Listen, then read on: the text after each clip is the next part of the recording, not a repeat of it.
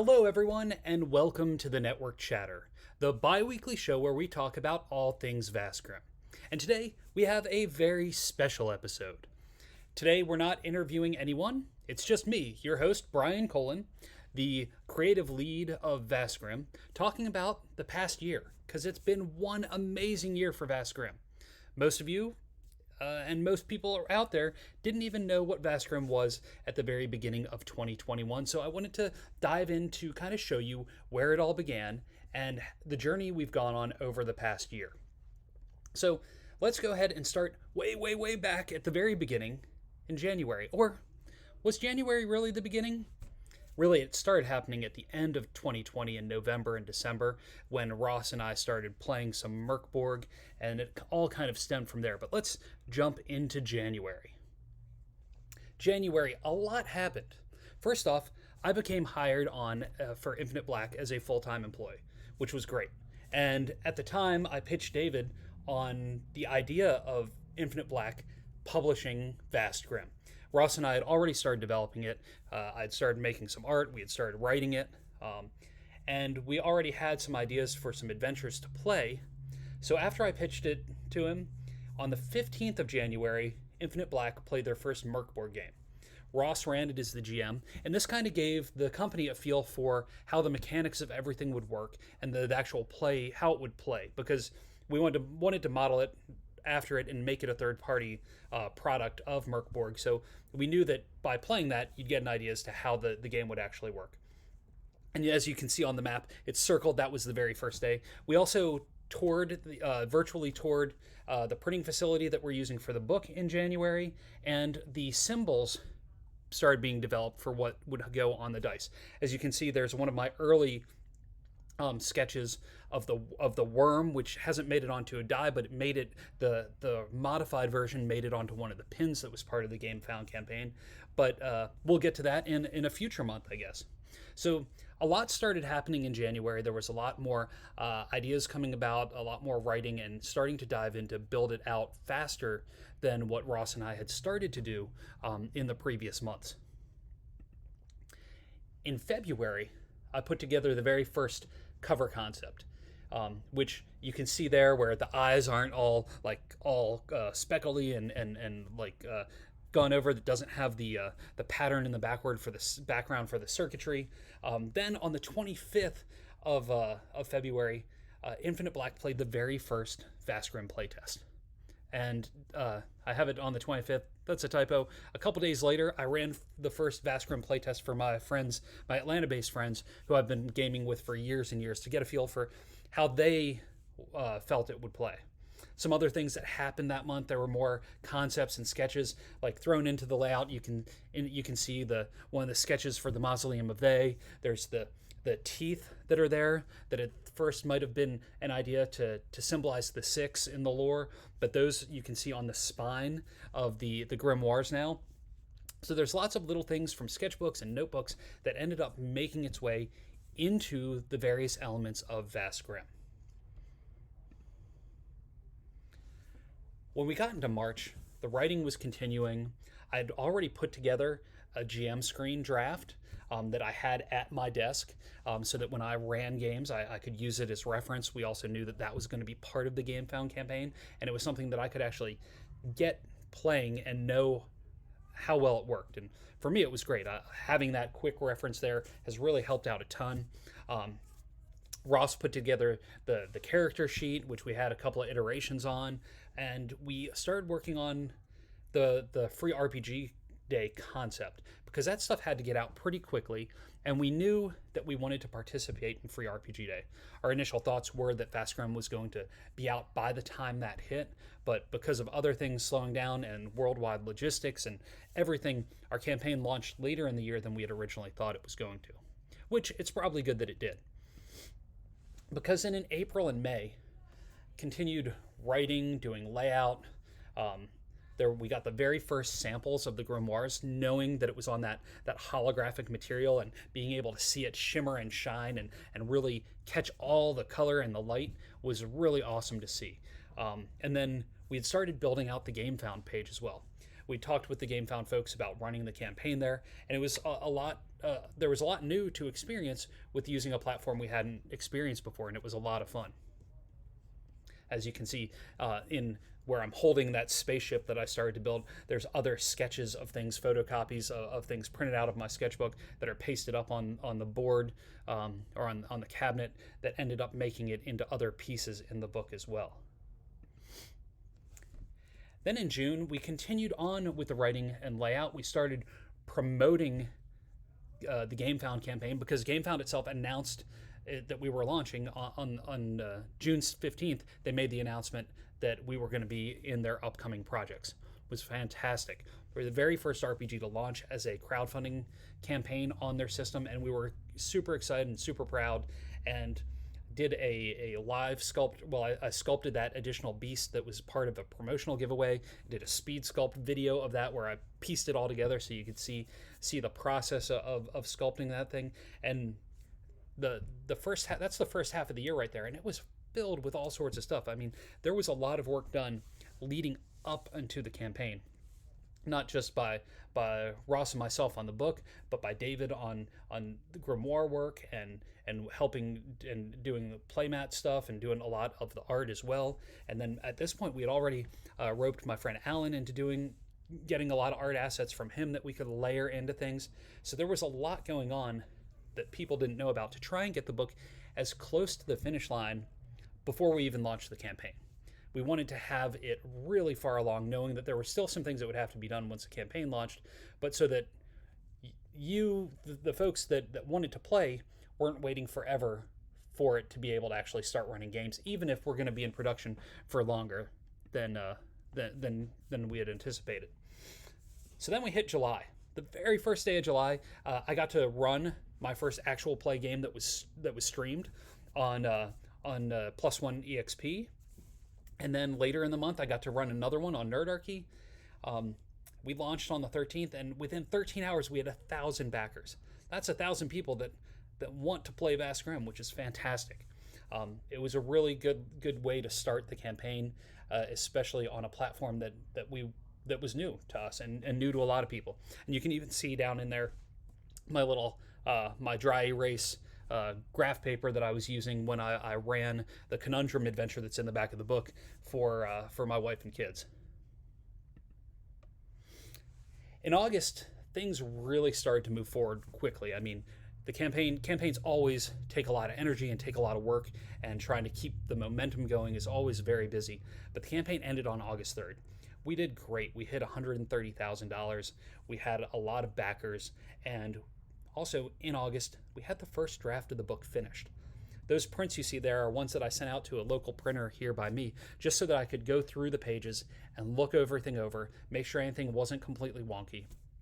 And the very, very last day of August, but it was in August, we released the PDF to all the GameFound backers that pledged at a level that got the book, which was huge. That was something that I was very proud that we were able to do, because less than a month after the campaign closed, people were able to start reading it, start absorbing it, and start playing it.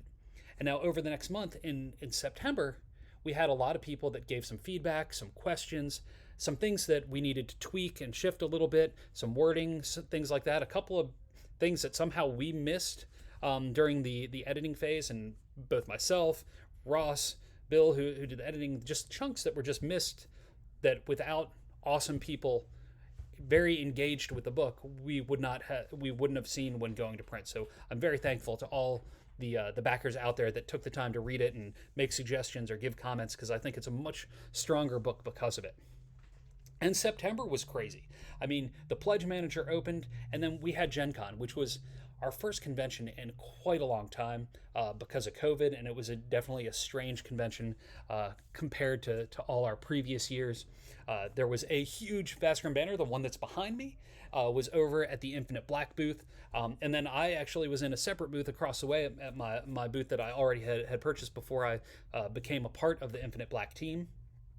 And I had even made stickers ahead of time that I had made before we had even gone super far into things. So gave out some stickers to people that came up and talked about Vast Grimm, and it was really awesome to get feedback from people. who had actually backed the campaign and came up and chatted with me about it. It was really, really rad, and I can't wait to look forward to future conventions where we'll get to tell stories of games that have been played and experiences that have been had because of Vast Grimm itself. So September was pretty crazy, and then we come into October, and even more stuff is happening. I mean, this has been a really nonstop year. We were part of Free RPG Day, which was in October. So stores around the world got copies of Into the Wormhole, a short little mini adventure. In that picture, you can even see a group who had built a scenario that looks like the inside of the worm that the adventure takes place around, with rock areas for where their characters would go. It was really, really cool to see people getting that into it. We also, McGlintlock released the Vast Grimm on Foundry VTT. So anybody that has that virtual tabletop platform can go ahead and download the system and use it, and it works wonderfully. I started streaming here on the Infinite Black channels. We started the Network Chatter, which you're watching. Also started an actual play of Radical Terror, which has been a wonderful series, getting to play with friends. Next week is the very last episode of that segment, but I can't wait to see what 2022 brings as far as streaming and gaming is concerned. Also, you can see we started getting in the proofs from our various manufacturers in September. You can see the digital proof of pins there. You might even see some pins that weren't in the GameFound campaign. Keep an eye on those come 2022. Very early 2022, we may release some pins that were not part of the campaign. Because, I like pins. Then we move on to just last month in November. Even more has happened. We released digital assets that were part of the campaign, prettier, fancier maps with tokens so that people can play them. We got samples in of proofs of books that I thought were just going to be flat printed sheets. They were actually bound books. They weren't right, but they were bound books, and on the shelf, they look awesome. And like the badass GM screen, what you see in the center of my bookshelf is like the slip that goes over the GM screen itself that would be in retail stores.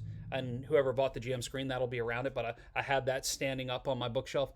And you can see Vast Grimm. You can see the two different color covers, the GameFound exclusive cover and the standard cover, and how the spines look on the shelf. It's right next to the Merkborg book.